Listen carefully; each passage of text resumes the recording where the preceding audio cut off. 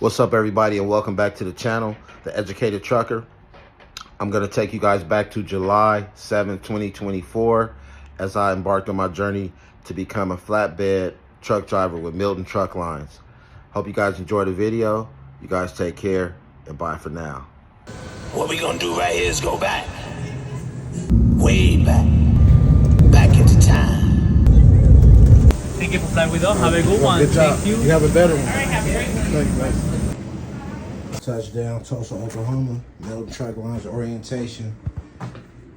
Just got a brand new bottle of this cologne, and boom, and my leg is a crack. So I got a roommate. He just shook. About to order me some food from the place recommended me by a local. He was sitting next to me on the plane. Dude named Scott, diesel mechanic. Talked to him the whole way about cars, trucks, and motorcycles. 2 hours and 37 minutes from Phoenix, Arizona to Tulsa. Time flew by talking to the man. He was a cool dude. So he put me up on this restaurant called Nola's, which I'm getting ready to catch an Uber to right now. Get back, do some studying, get ready for tomorrow's orientation. It's a little hot, but not too hot, not too bad. Like I said, when you got something you want to accomplish, things like heat and weather doesn't play a factor. You just lock in and do what you need to do. And that's exactly what I'm gonna do. So that's enough chit chat for now. This is part one of a series of videos as I bring you guys along for the ride on my road to become a truck driver. The company that I chose, which was Melton Truck Lines here in Tulsa, Oklahoma. They flew me out here. I had to pay for my luggage. My luggage was $56, and then it was so heavy. Everybody thought I had a body in here. Look how big the bag is, like a 30 by 30 by 50 bag, military bag. It was $100 once they weighed it. So yeah, and it's kind of hard to manage, but a lot of this stuff could be broken down once I successfully complete the orientation to get on the driver's truck for training, because it's going to be sheets and blankets and towels that I'll be using. So probably end up getting a smaller bag or leaving some of the stuff here in Tulsa. But that's it for now. I'm getting ready to call an Uber, order my food, eat, get ready for the morning. It's going to be a bus picking us up at 6:30 in the morning for the first day of orientation. So that's what's up, y'all. Educated Trucker, signing off. Holler at y'all in a minute. Peace.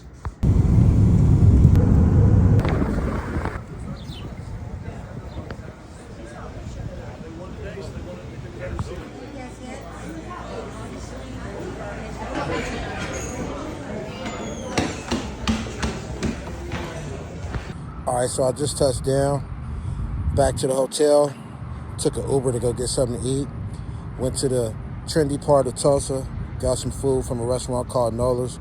Uber driver was cool. He waited for me to get the food, took me to CVS to get something to drink, and I'm getting ready to go back in the room. I got a roommate. I didn't want to be vlogging all in there with him, so I came outside. Briefly, I'll just let you know what's going on. I'm here for the Melton 8-day orientation. My plan is to successfully complete that and then move to the next phase, would be 3 weeks in the trainer. Now, Melton flew me out here. I had to pay $100 for my luggage, and because it was so heavy. I got a big bag, a 30 by 30 by 50 Army bag with all my stuff in there. So that was a fee. Then I paid $25 to have a seat that wasn't so far back from LAX to Phoenix, Arizona. And then I just took the seat that they gave me, which was in the back from Phoenix to Tulsa. But that was a nice flight. I had a nice passenger. I forgot his name, but he recommended me the restaurant Nola's, and he also was a car guy. He was a diesel mechanic, so he and I talked the whole 2 hours and 37 minutes. So the flight went by like lightning. It was before I knew it, we were landing. Had so much fun showing him pictures of my cars and my toys. He was showing me his projects and things like that. And so, funny thing about living in LA, your threshold for cost is way high, because he was telling me that Nola's was expensive, and I got key lime pie, fried green tomatoes, and a catfish po' boy for $25. So that was like, man, that was a steal in my book, especially coming from LA. But back to what's going on with Melton. The first day of orientation is in the morning. I got to be in the lobby at about 6 o'clock. Then we're going to ride over to Melton and start the first day of orientation. And then, like I was saying, once I complete that, I will be officially employee of Melton, and then I will go on the road with a trainer for 3 weeks.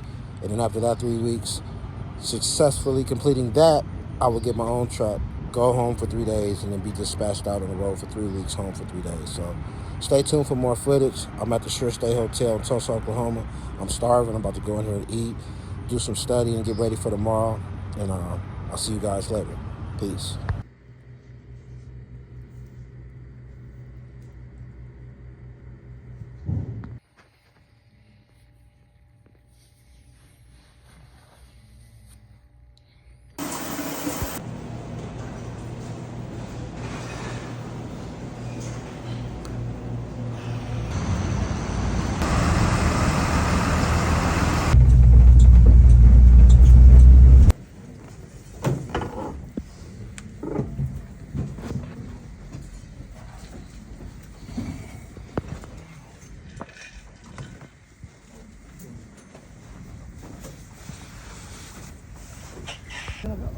Oh, we're gonna go to the second one and come back.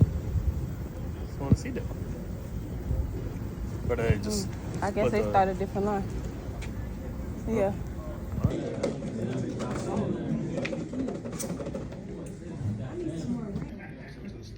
did you do some first copy? Yep. Fresh out of CDL school. I'm trying to get a van up. Oh. What? I'm trying to get a van up. I don't want to drive, man.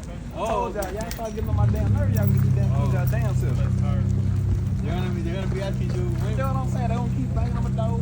I'll take y'all with me. I need a nap, goddamn. I'm old. I ain't old, but shit, I feel like I'm old. I'm glad you didn't pick me.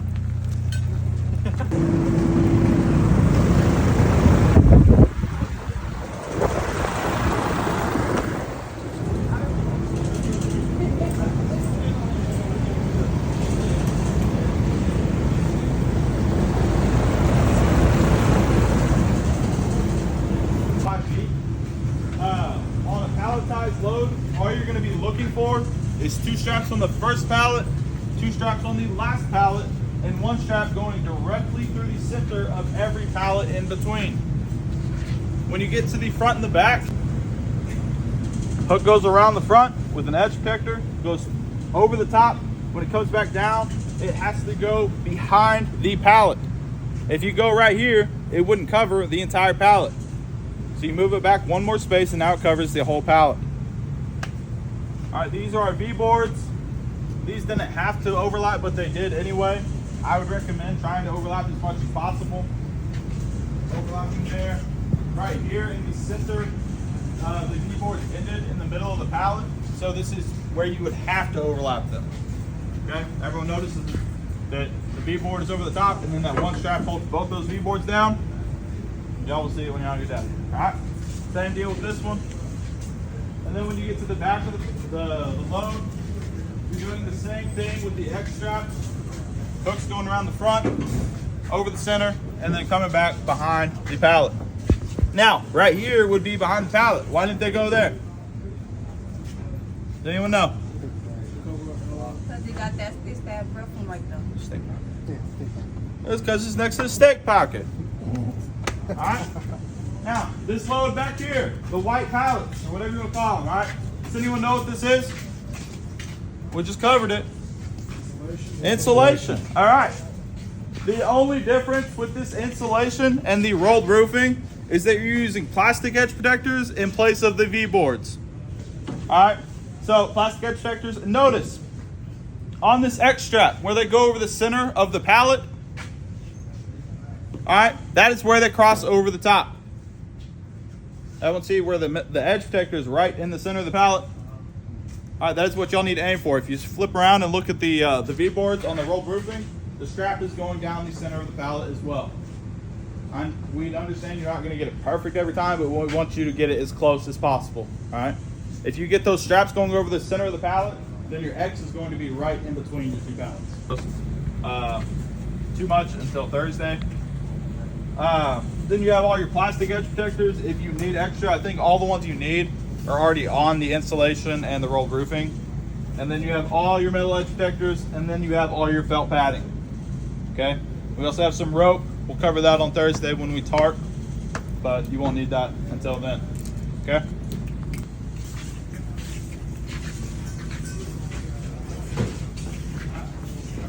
Huh.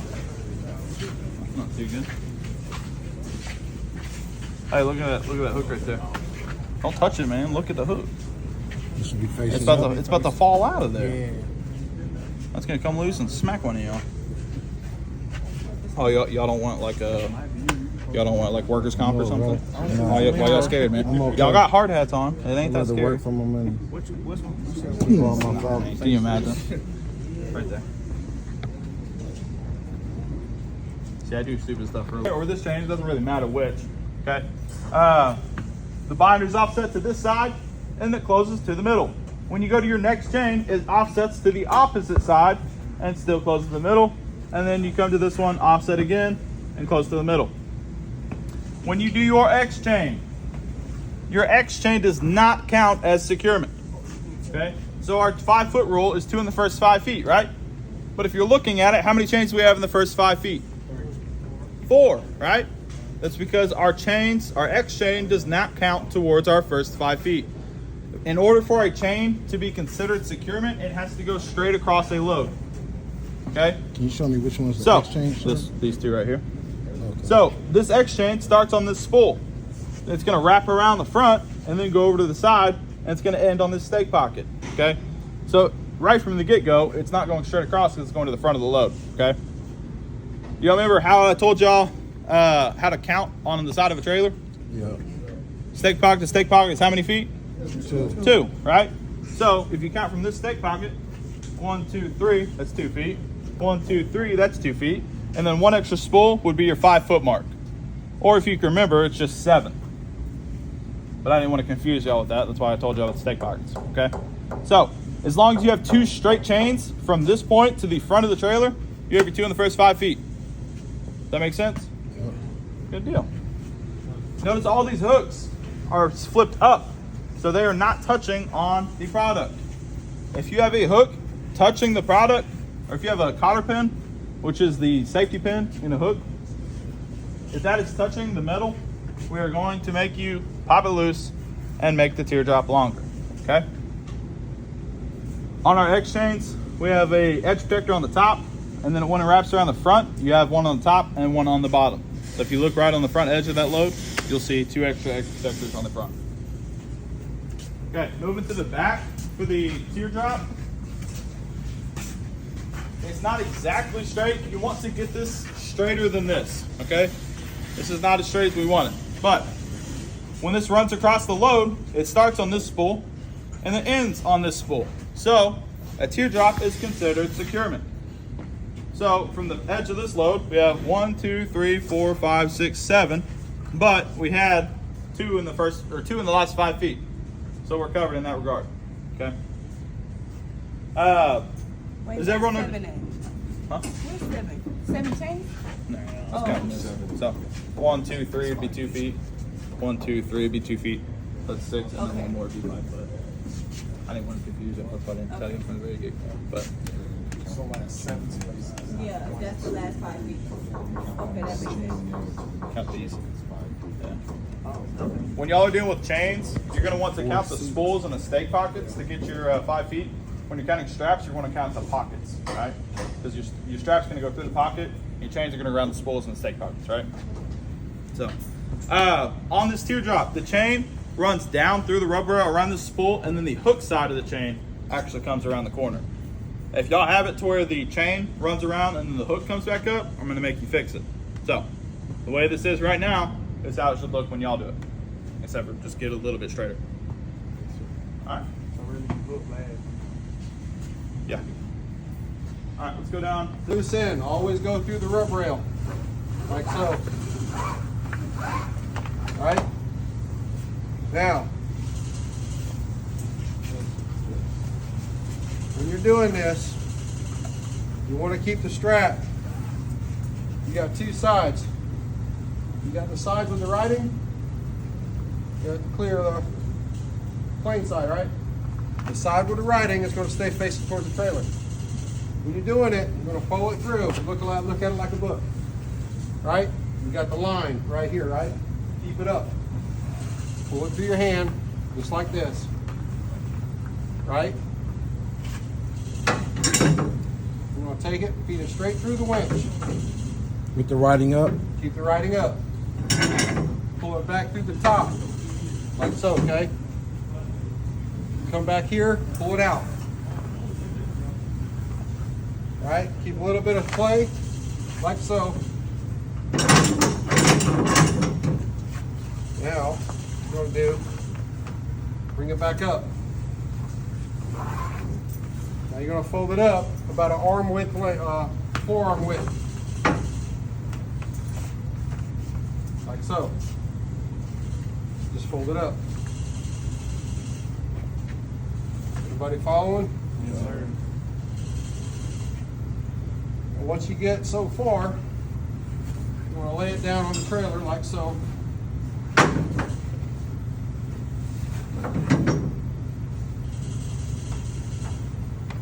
And you're going to tuck it between the trailer and the strap itself, right? When you wind it up, it pinches itself between the strap and the trailer. Because if not, going down the road, it's going to fall off, right? Now, you guys are tightening it. 3 points of contact, correct? Yes, Anytime sir. and every time you work with the bar.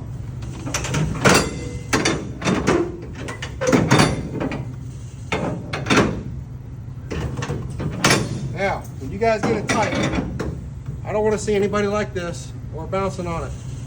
Because watch. Spring loaded, right? You slip off that, where's it going? Right in your face. On your chin. Right in your jaw, right? It's going to relocate your jaw, promise you. Right? When you do it, arm down, lock it. Plenty enough. So we don't do that for the air conditioner. We just do it hand tight. You're going to put a little bit of pressure on it. If you don't tighten it up at all, it's going to walk all over the place. Now to loosen it up, same process. Push down, flip it up, hold it. Okay? Everybody understands that, right? Okay. Okay. Always going to use a safety minder, so there's nothing special about them. They just won't rip your arm off.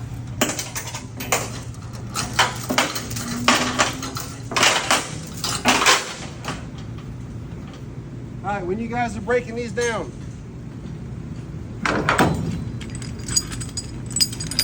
don't grab onto it like this and push up. It will rip your arm out of your socket if you don't let go, okay? If it's really tight, it will hurt you. What you're gonna do, palm it, right? Notice I didn't grab onto it, I just pushed it, right? Open palm. Now,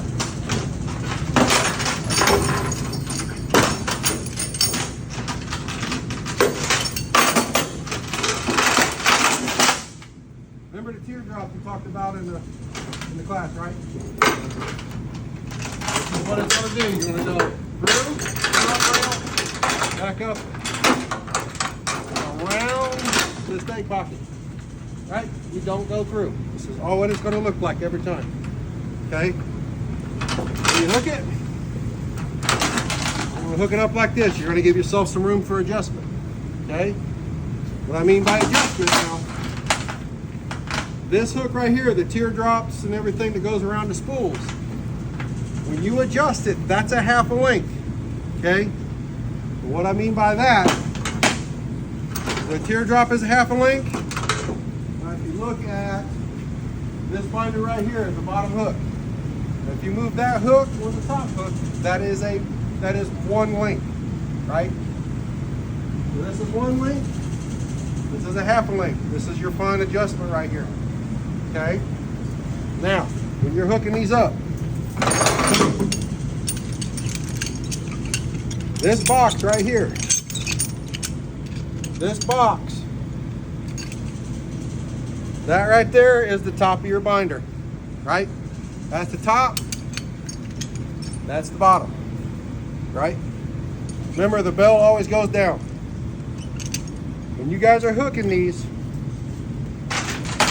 person that is messing with these binders while you guys are in here are going to be the ones that are down here. You're going to tighten them up. If you're up on the trailer, you don't hang the binders. You're just setting the chains up and everything, okay? When you do it, you're going to reach up as high as you can. Hook the binder, hook the top. Stretch it out. Here I come down here. You're going to hook the chain, right? Now, what you're looking for is about a 45 degrees. Is that 45 degrees? More like 90, right? Now, remember I said this is a one length, this is a half a length, right? Now, if I move this up one length, what do you think's gonna happen? Way too much. Okay? So, we're gonna put this back down to where it was. We're going to move the teardrop. Move it down one. There's your 45. Correct? All right, now, the way you guys are going to do this, guys, watch yourself. Which is easier? This way? Or this way? Look like that way. This way is a lot easier. The only reason why is if it's up like this and you drop it, where's it going? I say exactly right. Right on top of your head or on top of your shoulder or something like that, right? This bar is heavy. Okay?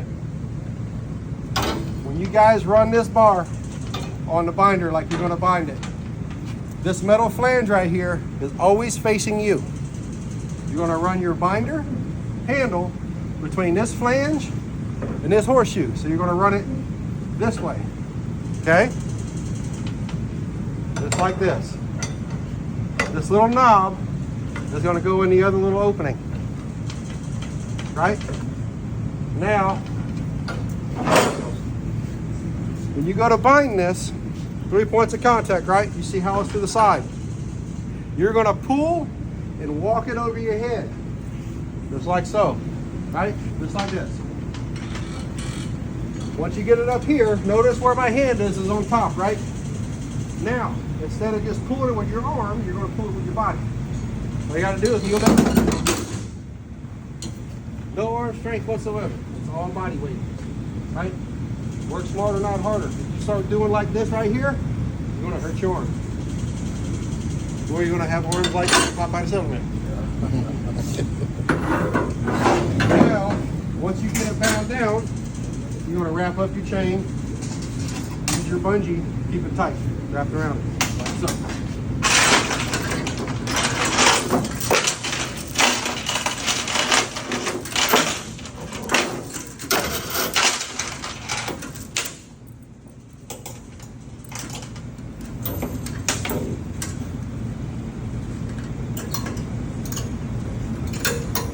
Right? All right, what's up, YouTube? Today is the end of a long day, the first day of orientation at Melton Truck Lines, Tulsa, Oklahoma. Just getting settled in. It's been a rough after the fact. Messed around, hopped in the wrong vehicle, hopped in a shuttle that they had just gotten, a bunch of youngsters driving it, and thought we were going to Walmart because I ate out last night, but gonna be here for another, 7 more days, and I don't want to eat out every day. So what I'm gonna do is I'm gonna go to Walmart. I had a roommate, but a young dude from Augusta, Georgia. He was unique to say the least. Like I say, I tried to spark up conversation with him, but you know, he just wasn't. I don't know. I just couldn't do the roommate thing. So no slight against him, cool brother, but need my own. You know, God bless the child has got his own. So I got my own room tonight, and it's a blessing. It's much nicer. It's bigger, peace and quiet, and yeah, got my own room. So we did a lot of securement today, a lot of paperwork. Went over the paper logs in case the ELD, the electronic one, cuts off. We don't know how to do the paper one.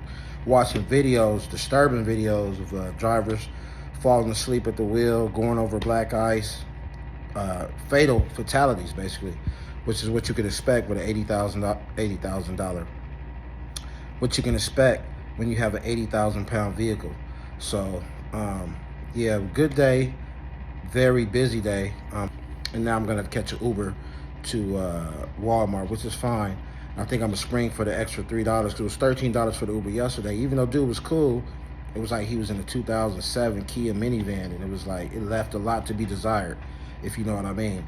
So he was a cool dude, though. Like I say, no slight against him, but I saw instead of $13, I could pay $16 and get a newer vehicle. So that's what I'm gonna do now is go to Walmart, make groceries like my grandmama used to say, and come back, fix me a sandwich, give me some chips. I might even get some noodles. I'm gonna do it as if I'm programming in the pen or something like that.